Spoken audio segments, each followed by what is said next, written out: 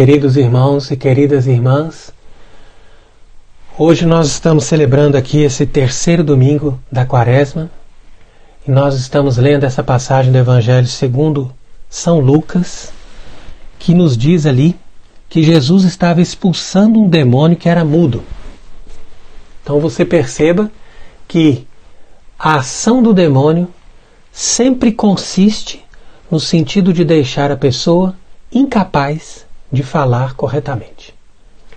E por que as pessoas ficam incapazes de falar corretamente? Porque elas fecham os seus ouvidos.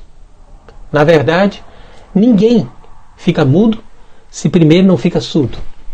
E quando a pessoa é incapaz de ouvir, ela também é incapaz de falar.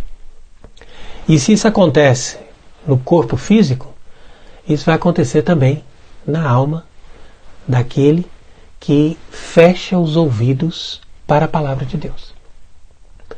Então, quando Jesus curou esse mudo e expulsou o demônio, então imediatamente ele começou a falar. Assim como essa mulher que está aí no fim do Evangelho, levantando a voz no meio da multidão para proclamar o louvor de Deus, dizendo: bem-aventurado o ventre que te trouxe, e bem-aventurados os seios que amamentastes. Então essa mulher que louva a Cristo, louvando Maria, ela representa a voz da igreja e representa também a voz de todos aqueles que estão em estado de graça e que percebem com retidão qual é o caminho da verdade e qual é o caminho do bem. Então essas pessoas abriram seus ouvidos e acolheram a palavra de Deus. Por isso que Jesus disse: mais ainda bem-aventurados são os que ouvem a palavra de Deus e aguardam. Então esse é o ponto fundamental que transforma todas as coisas. Porque na medida em que nós acolhemos a palavra de Deus, então nós vamos aceitar a redenção de Cristo, que opera na nossa alma através do Espírito Santo, para que nós nos tornemos instrumentos de Deus pela ação desse Espírito. Por isso que Jesus disse, aí nessa passagem do Evangelho: se eu expulso o demônio pelo dedo de Deus, então chegou para vós o reino de Deus. Então é exatamente isso que nós devemos entender hoje, que Cristo, pela ação da sua cruz redentora, ele expulsa o demônio. E o dedo de Deus, quer dizer o Espírito Santo, tira o poder de Satanás da alma e transfere aquela alma para a vida divina, para o estado de graça. E quando essa pessoa está no estado de graça, ela então passa a ser um instrumento do Espírito Santo para a construção desse reino de Deus. Por isso que São Paulo diz aqui, nessa leitura de hoje: antes estáveis nas trevas, mas agora sois luz do Senhor. Quer dizer que antes nós estávamos ali a serviço do inimigo, a serviço do demônio. Agora nós recebemos a luz de Deus, a luz da glória, a luz da ressurreição. Por isso que esse Evangelho é importante para o tempo da Quaresma, porque a Quaresma representa essa transformação, essa regeneração, esse estado de decadência, de desgraça, que é o estado que nós nos encontramos antes da palavra de Deus, e esse estado de luz e de glória que vai sendo configurado na alma a partir do momento em que nós acolhemos a palavra de Deus e nós nos tornamos habitação do Espírito Santo. Mas veja como Jesus diz aqui para nós, que quando um forte e bem armado guarda a entrada da sua casa, os seus bens estão em paz.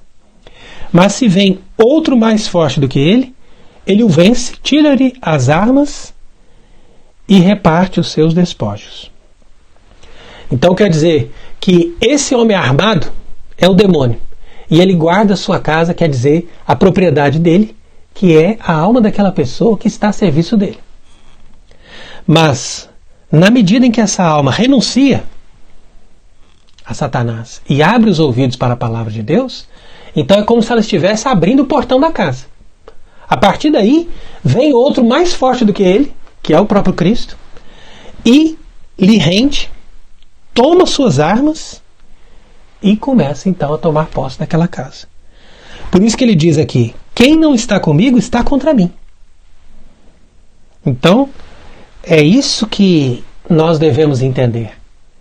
Porque parece estranho quando Jesus diz, quem não ajunta comigo, espalha. Então o sentido dessa palavra é que se uma pessoa é indiferente a Cristo e indiferente à verdade, essa pessoa está trabalhando necessariamente para o reino de Satanás. Mesmo que ela queira ser uma pessoa boa, mesmo que ela seja uma pessoa tranquila e que não faça o mal, mas o fato dela fechar os seus ouvidos para a palavra de Deus e para a verdade, impede que essa pessoa entre em sintonia com o reino de Deus. E o diabo só precisa disso para trabalhar na vida dessa pessoa.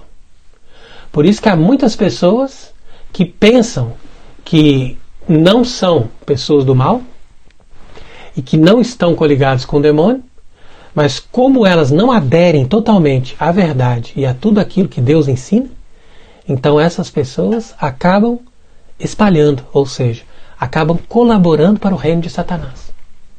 Porque como Jesus diz aqui no Evangelho, um reino não pode estar dividido contra ele mesmo. Então isso é uma contradição. E a igreja não pode estar em contradição. A vida das pessoas que estão em Deus não pode estar em contradição. Então nós não podemos ser um reino dividido. E como que um reino está unido em torno daquela verdade? Na medida em que todos ali aderem plenamente à verdade revelada por Deus. Então é nisso que consiste esse reino de Deus. Consiste nessa unidade de interesses em torno da verdade.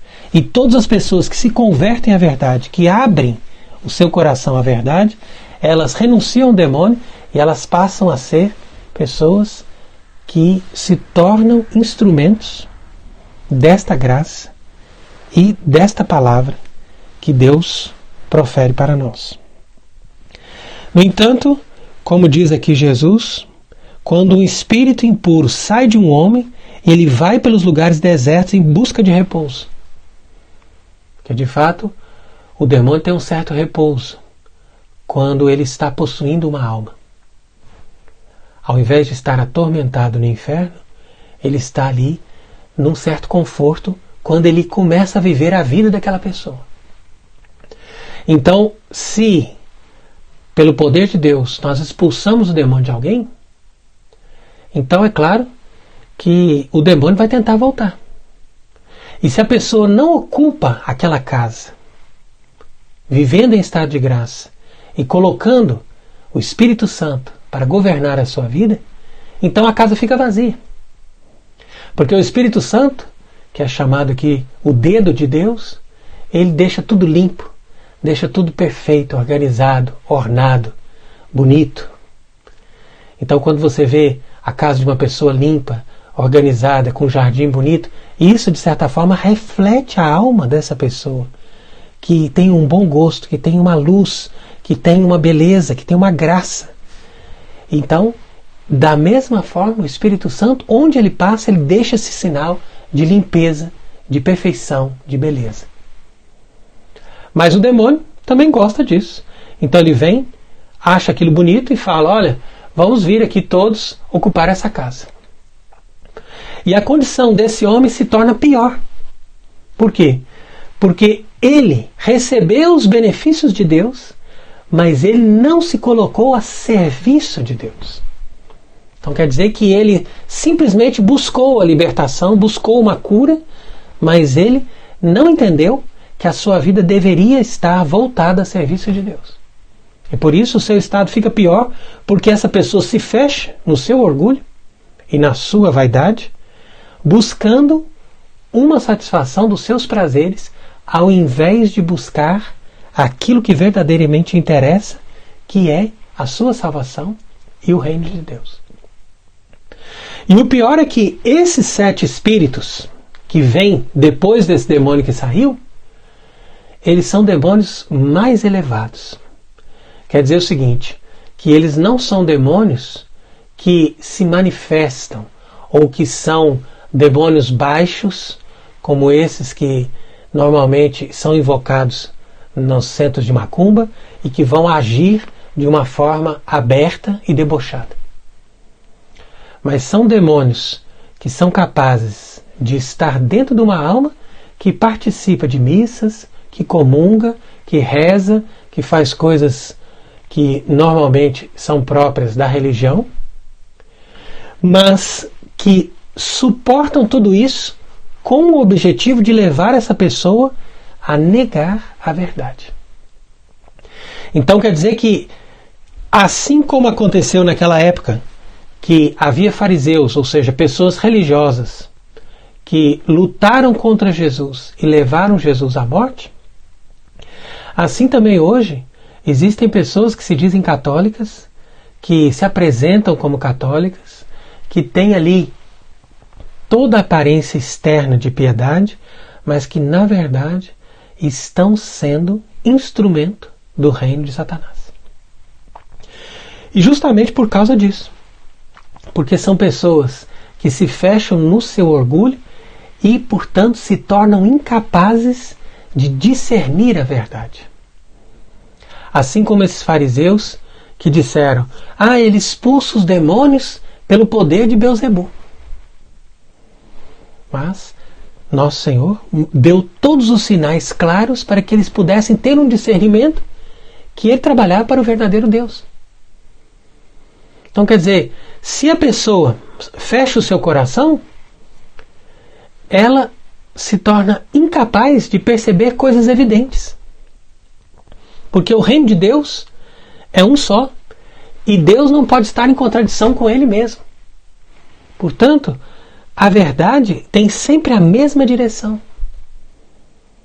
E Jesus, expulsando os demônios, mostrava ali que Ele estava fazendo tudo aquilo em nome desta revelação e desta mesma verdade que já era revelada no Antigo Testamento.